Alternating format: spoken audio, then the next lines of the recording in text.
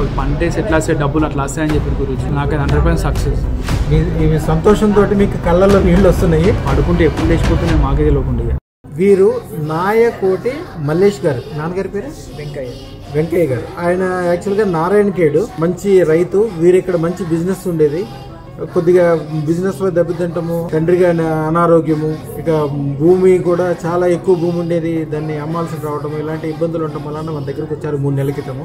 ఈయన ఎన్నెన్ని అద్భుతాలు చెప్తున్నారంటే, ఎంతో సంతోషంగా ఉన్నారంటే, ఇప్పుడు వాళ్ళ నాన్నగారికి చాలా మంచిగా ఇవ్వటము, బిజినెస్ విషయంలో కూడా అన్ని రకాలుగా మంచిగా ఇవ్వటము, నేను కళలో కనిపించి వారికి మంచి డైరెక్షన్ ఇవ్వటము, ఇవన్నీ కూడా ఆయన చాలా పాజిటివ్గా అనుకుని ఆయన ఎప్పుడే వచ్చి నాకు అమ్మవారికి సన్మానం చేసి ఇప్పుడే వారిని అడిగి ఏమి జరిగింది, ఎలా జరిగింది అన్ని అడుగుతాం. అయ్యా, మీ పూర్తి పేరు? మల్లేష్. ఎక్కడ ఉంటారు మీరు? నిజాంపేట. ఇప్పుడు ఉండేది నిజాంపేట. యాక్చువల్గా అసలు ఊరు నారాయణఖేడ్. ఎన్ని రోజుల క్రితం అదృష్టం పెట్టుకున్నారు? 3 months. 3 నెలలు. చాలా సంతోషపడుతున్నారు. ఏం జరిగింది చెప్పండి. మా నాన్నగారు ఇంట్లో వండుకోకుండా గురించి లేచి వెళ్ళిపోతుండే. ఓకే. పెట్టుకోగానే మంచిగా అయిపోయింది. నాన్నగారి ఆరోగ్యం బ్రహ్మాండంగా అయిపోయింది. బ్రహ్మాండంగా అయింది. లేకపోతే చాలా ఇబ్బంది పెట్టబట్టుండే.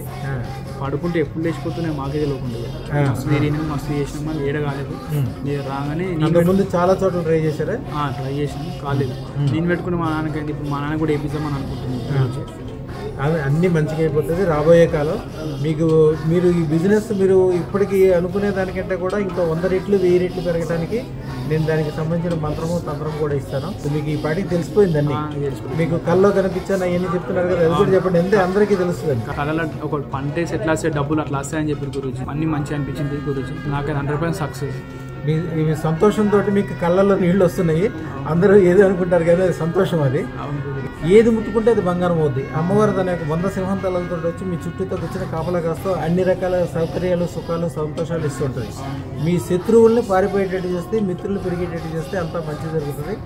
శుభం బియాత్ కళ్ళు చూసుకోండి.